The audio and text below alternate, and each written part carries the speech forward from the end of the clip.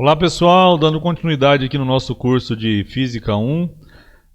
No vídeo de hoje eu vou falar sobre conservação da energia e também uma relação aqui importante, bem importante, entre força e energia potencial. Então vamos lá, aqui a nossa apresentação.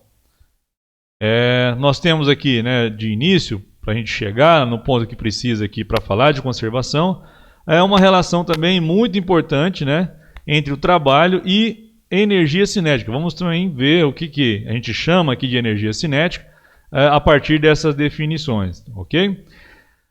Nós temos aí o trabalho de uma força. Nesse caso aqui estou considerando o trabalho da resultante ou da força resultante, o que seria então o trabalho resultante aí para a gente, ok? E nós sabemos, a partir lá da segunda lei de Newton, que nós já vimos aí anteriormente, que eu posso escrever então essa força resultante como sendo o produto da massa pela aceleração, não é isso? Então nós temos aí o produto da massa pela aceleração, só substituindo aqui então no lugar da força resultante.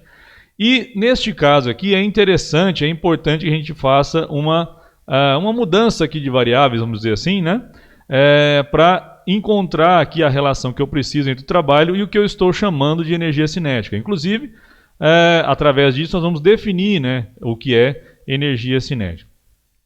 Então nós temos aqui, lembrando da definição de aceleração, como sendo a taxa de variação aqui do vetor velocidade com o tempo, dv dt.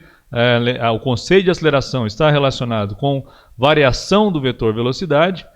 E nós podemos observar aqui o seguinte, o que é dr dt? Dr dt foi justamente a maneira que a gente definiu velocidade. Então, qual é a velocidade instantânea? Foi definida para a gente em termos dessa taxa de variação da posição aqui com o tempo, ok? Então, nós podemos reescrever como sendo mv dv e nós temos, na verdade, então, uma integral, uma mudança aqui nessa variável, integrando em relação a dv agora. É como se fosse uma integral de uma função aí, x dx, mas agora vdv, então não modifica nada, é apenas uma maneira adaptada aqui à nossa necessidade. A integral de vdv, então, é v ao quadrado sobre 2. Substituindo aqui os limites de integração, nós temos, já multiplicando aqui pela massa, velocidade final ao quadrado sobre 2 menos velocidade inicial ao quadrado sobre 2. E esse produto da massa pela velocidade ao quadrado sobre 2 é o que a gente chama de energia cinética. Então, essa é uma modalidade de energia, vamos dizer assim, que está associada ao estado de movimento. Então, se um corpo está em repouso, a energia cinética é nula. Mas se ele está em movimento, eu tenho uma energia cinética ali vinculada a esse estado, a essa velocidade daquele corpo. É claro que se eu tenho um aumento da energia cinética, uma variação ali positiva na energia cinética, eu tenho um aumento na velocidade e vice-versa. Então nós temos essa relação entre a velocidade e o que eu estou chamando de energia cinética. E mais importante aqui, a gente utiliza a letra K para representar a energia cinética, e mais importante aqui, eu escrevi então que é o K final, energia cinética final menos a inicial, no que a gente está mostrando aqui.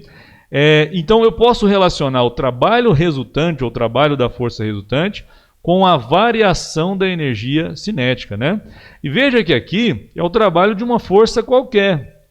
Em momento algum eu limitei esse trabalho aqui a uma força conservativa ou não conservativa, em momento algum, como a gente fez anteriormente na relação entre trabalho e energia potencial. Então, esse é o teorema trabalho-energia cinética, ele vincula, ele relaciona aqui o trabalho da resultante, ou o trabalho resultante, com a variação na energia cinética, beleza?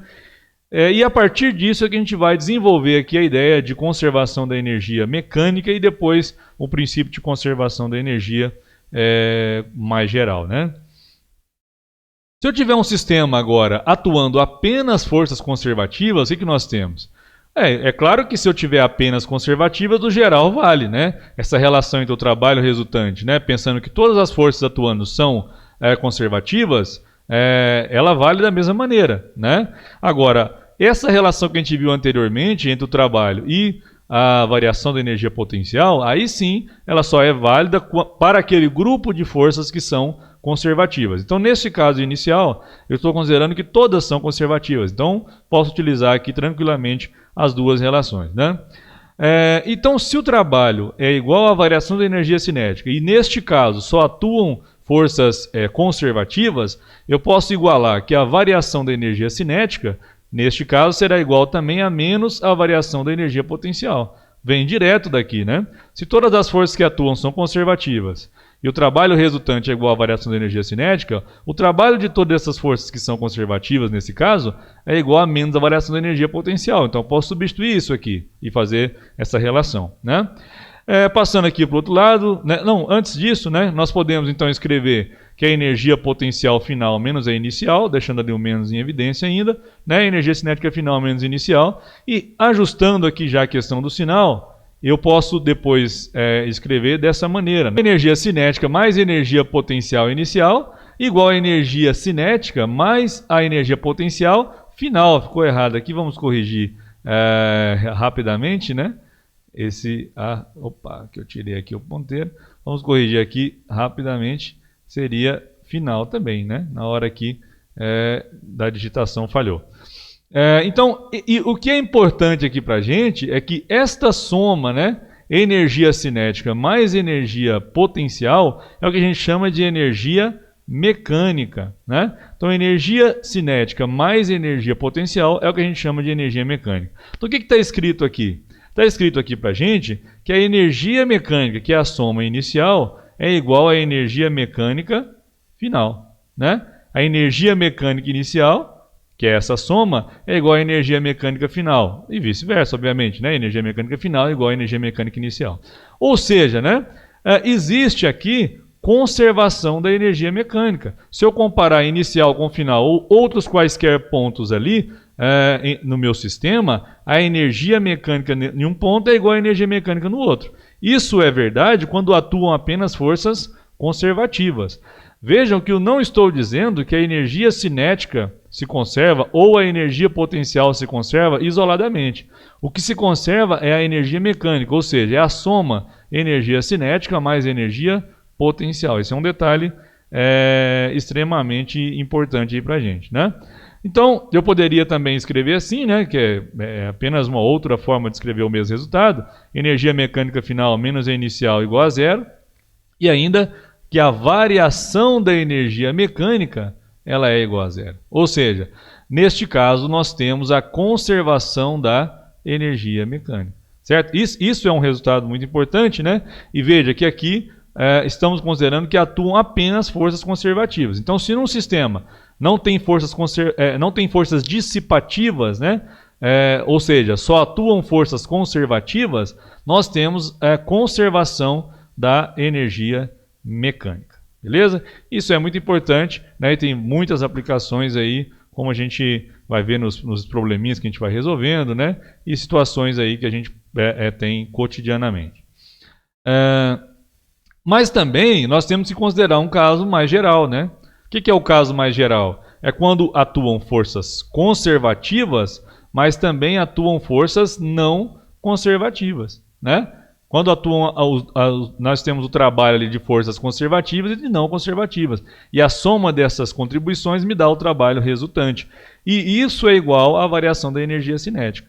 Para essa parte aqui das forças conservativas, eu tenho que o trabalho é igual a menos a variação da energia potencial. Vale novamente. Só que aqui eu tenho uma outra parcela, né, que é o trabalho das forças não conservativas. Passando ali para o outro lado, a gente pode escrever então que o trabalho das não conservativas é ΔK mais ΔU, ou seja, variação da energia cinética mais variação da energia potencial, né? E aí eu vou brincar aqui de novo, nem precisaria, mas vamos brincar de novo com esses detalhes, né? Energia cinética, energia potencial, e aí nós podemos isolar de novo os termos, né? O que é final, o que é inicial, e aí nós teremos então que esse trabalho, né? Ele vai ser igual a essa soma, a energia cinética final, né? Mais energia potencial final, menos energia cinética inicial, mais potencial inicial, ou seja, a energia mecânica final menos a energia mecânica inicial, né? Então o trabalho das forças não conservativas ele é igual à variação da energia mecânica. Veja que aquele caso anterior, ele está dentro desse, né? Porque se você tiver apenas forças conservativas, o trabalho das forças não conservativas é zero. Se isso aqui for zero, a energia mecânica é igual a zero, ou seja, existe conservação da energia mecânica, né? Então, esse caso geral, o caso particular está dentro do caso geral, o que também já era um resultado esperado, né? Então, quando atuam forças não conservativas apenas, a energia mecânica se conserva, né? Não temos variação da energia mecânica. Lembrando que é sempre a soma, né? Energia cinética mais potencial. Agora, quando eu tenho forças conservativas e também forças não conservativas, aí a variação da energia mecânica é igual ao trabalho das forças não conservativas. Ok?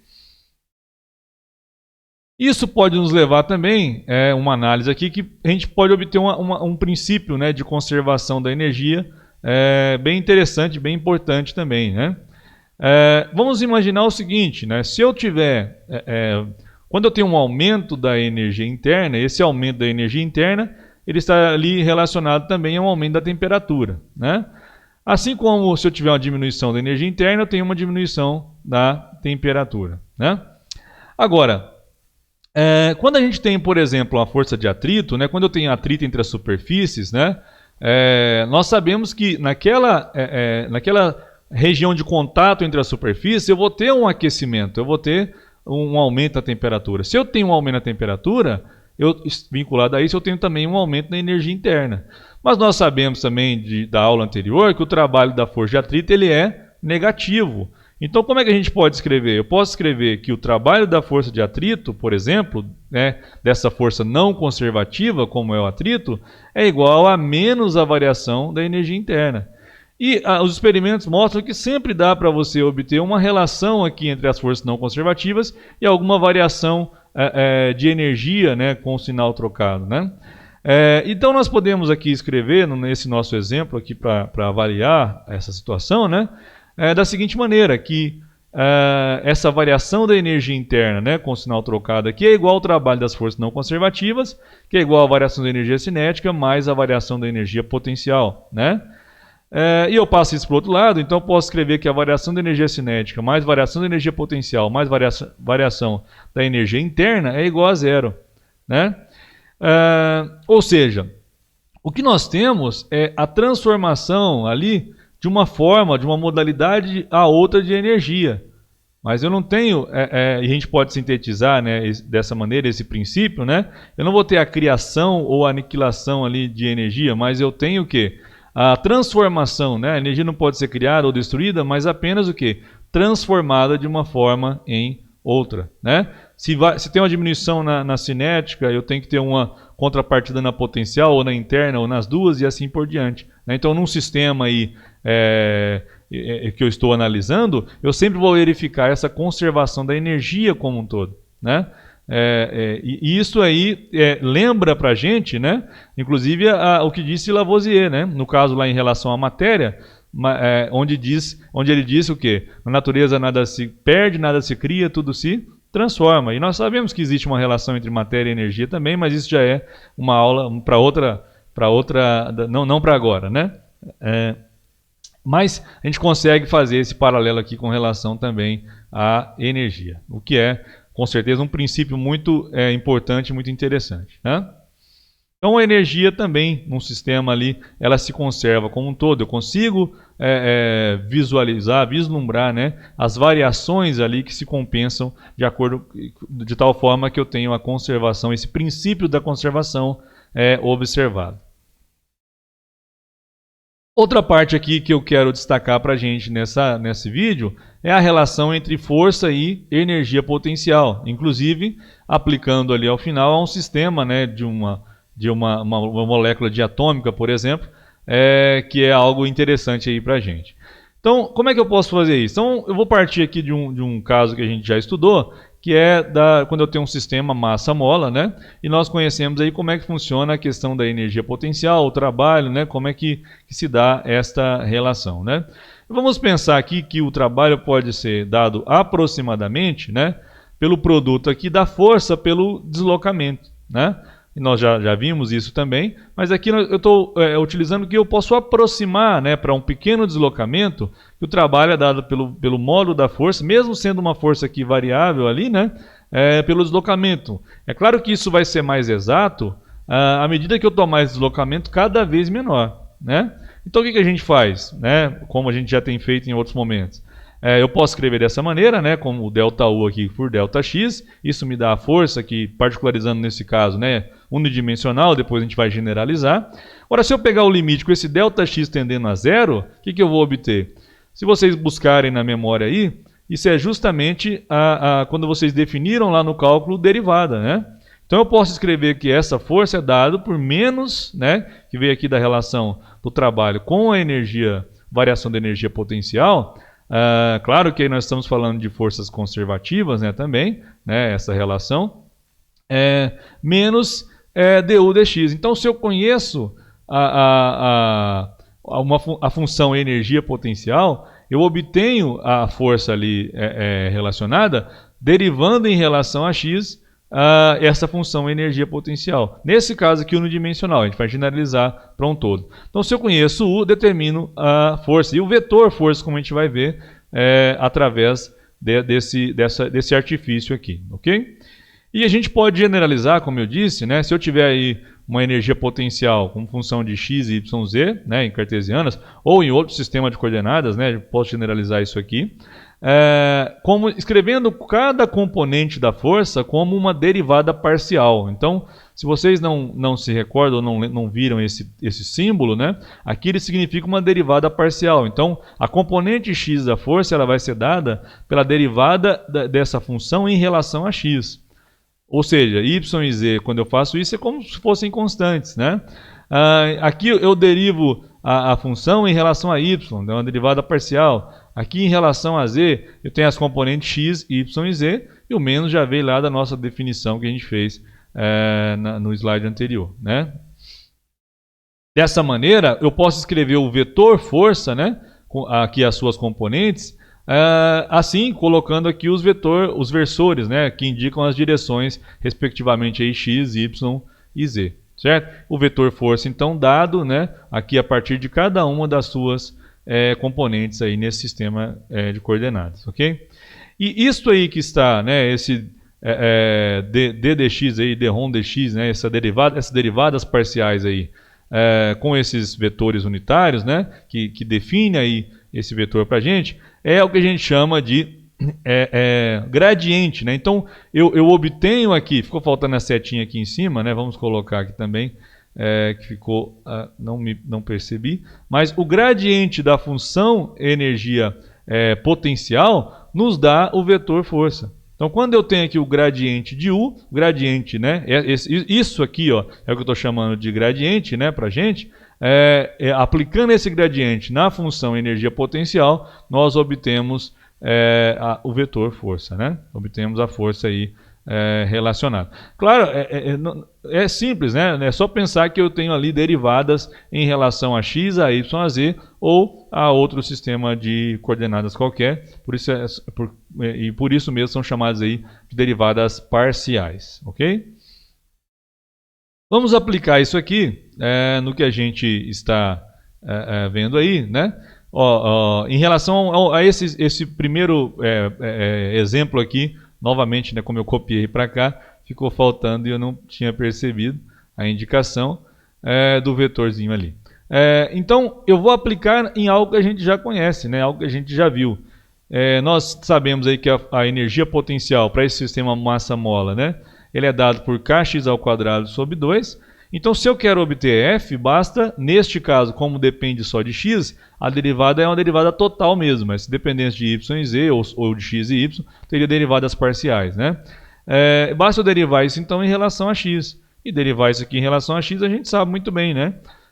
Você vai derivar, vai descer o 2, e aí eu tenho kx, vai simplificar 2 com 2. Então, f é igual a menos kx, que é justamente o que a gente já sabia, né? Lá quando eu trabalhei com vocês aí sobre a lei de Hooke, a gente enunciou lá justamente dessa forma. Então a gente obtém, a partir da função energia potencial, a gente obtém, a partir de conhecer a energia potencial, a gente obtém o vetor força ali. ok? E é claro que isso vai ser muito útil para a gente em diversos tipos de problemas, né? Nesse caso aqui é um exemplo bem simples para a gente entender como a gente pode utilizar isso aí. E um exemplo aqui também interessante para a gente discutir, né, é com relação a um sistema aí, né, que eu já trabalhei também quando falei lá da lei de Hooke, né, trabalhar com uma molécula diatômica, por exemplo, como se fosse um sistema massa-mola. Então eu tenho aqui, até repetindo aqui a figura que eu havia usado antes, né? E neste caso nós temos um gráfico aqui, uma CEP, né? Que é uma curva de energia potencial, ok? E nós temos alguns pontos aqui que são de destaque, né? Que eu vou comentando aqui com vocês. Mas de início a gente já pode falar neste ponto aqui, esse ponto aqui que está com a bolinha sem colorir, né? Aberta no caso, que ele representa aí pra gente um ponto de mínimo, né? O que nós temos num ponto de mínimo? Como eu tenho aqui essa curva, né? E eu sei, claramente aqui um ponto de mínimo para a gente, nós sabemos que a derivada primeira aqui, ela deve ser igual a zero. Então, essa derivada aqui deve ser igual a zero, e essa derivada é justamente o quê? O que a gente definiu de força, não é? Como sendo du dx, no caso aqui unidimensional, né? É F. Então nós aplicando ali esse conhecimento que a gente sabe que a força ali naquele ponto de mínimo ela deve ser igual a zero. Se a gente recuperar e fizer um gráfico de F por x aqui no caso, né?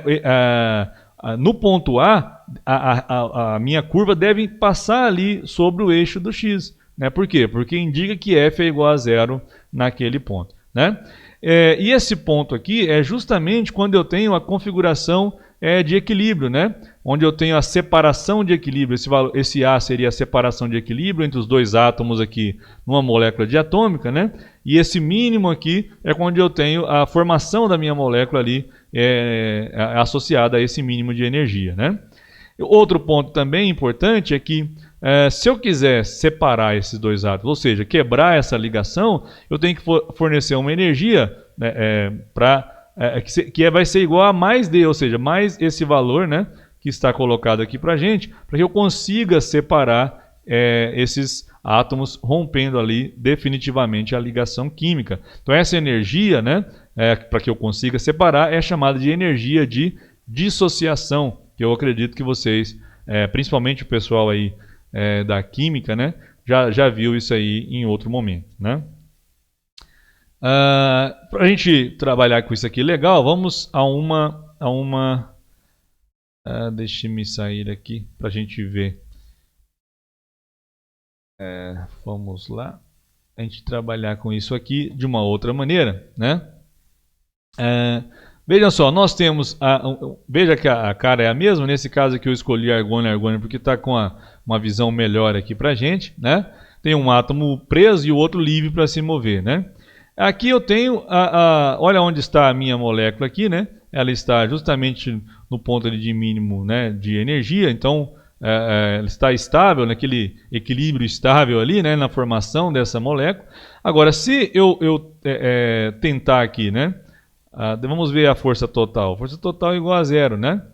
Agora, se eu tivesse aqui, tentasse, né, afastar, eu tenho uma força ali atrativa na expectativa de voltar, né, a essa configuração. É claro que se essa energia ela for suficiente, né, para separar essa... Olha, se eu for afastando muito, ele não vai perceber mais aqui e não vai ser suficiente para voltar a essa formação, né? Agora, se eu também tentar, como se fosse aqui um átomo invadir, né, a área aqui do outro, né, o volume aqui do outro átomo, né, de uma forma muito abrupta, vamos dizer assim, nós temos a repulsão entre os elétrons, né, e também a repulsão entre os núcleos, os prótons que estão nos núcleos ali. Isso tem que ser considerado. Então, aparece uma força repulsiva aí muito intensa, né? E aí é claro que, se eu soltar aqui nesse caso, ele vai até jogar esse átomo para lá fora, porque eu tentei invadir muito ali o espaço, né? Mas qualquer deslocamento aqui pequeno, ó, ele vai levar a uma oscilação em torno dessa posição de equilíbrio, né, desse mínimo de energia, que ele vai ajustar ali, né, já que se trata aqui de um equilíbrio estável, né? Nós podemos ver também, ó, como é que se dá essa questão das forças, né?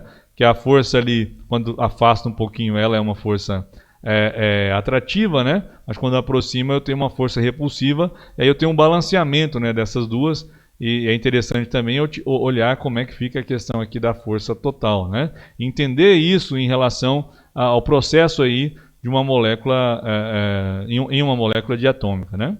Então eu acho que é algo muito válido aí para a nossa discussão e muito interessante de aplicar. Então essa curva, né, é chamada de uma curva de energia potencial, e no caso aqui principalmente de moléculas diatômicas, a gente consegue qualitativamente, pelo menos, né, descrever isso bem. Claro que a gente precisa da mecânica quântica aí para poder explicar isso melhor, né, entender isso melhor, mas qualitativamente aqui, mesmo se tratando de funções mais clássicas, né, é possível a gente compreender bem como é que se dá esse tipo de ligação, de formação desse tipo de molécula, né?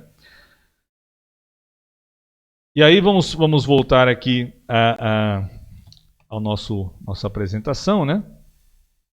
Nós temos aí também mais um pouquinho aqui para a gente falar no próximo slide. A gente vai mais desse mesmo sistema, né? Ó, então aqui, ó, nós temos a nossa curva de energia potencial, né? E nós podemos entender também que o que eu vi ali, ó, é que eu tenho uma parcela de repulsiva, né? E uma parcela atrativa. Então, quando eu tento tirar da posição de equilíbrio, depende, né, qual o deslocamento que eu tenho ali do corpo, sobressai uma ou outra e ela vai oscilando em torno daquela posição de equilíbrio. E um outro gráfico aqui também que a gente pode considerar, né, para um exemplo, por exemplo, aqui a molécula de H2, onde nós temos esse mínimo de energia, né, que aqui no caso em kJ por mol, né, e a separação também de equilíbrio, né, no caso em 7,40 vezes 10 a menos 11 metros, né. Vejam só, nós temos aqui, se eu quiser, né, dissociar essa molécula, eu preciso fornecer uma energia igual a 458 kJ para cada mol, né? Eu vou conseguir separar, e essa seria então a energia de dissociação. É também uma curva aqui de energia potencial, como a que a gente acabou de ver. Até EP aqui é porque, né, na notação que o pessoal que fez colocou, beleza? Então é isso que eu tinha para mostrar para vocês em relação à energia, à conservação de energia, e essa relação aí de energia, força e energia potencial. Espero que vocês tenham compreendido bem, né? Essa é uma parte muito importante, e a gente promove depois outras discussões aí relacionadas a esses casos. Até o próximo vídeo.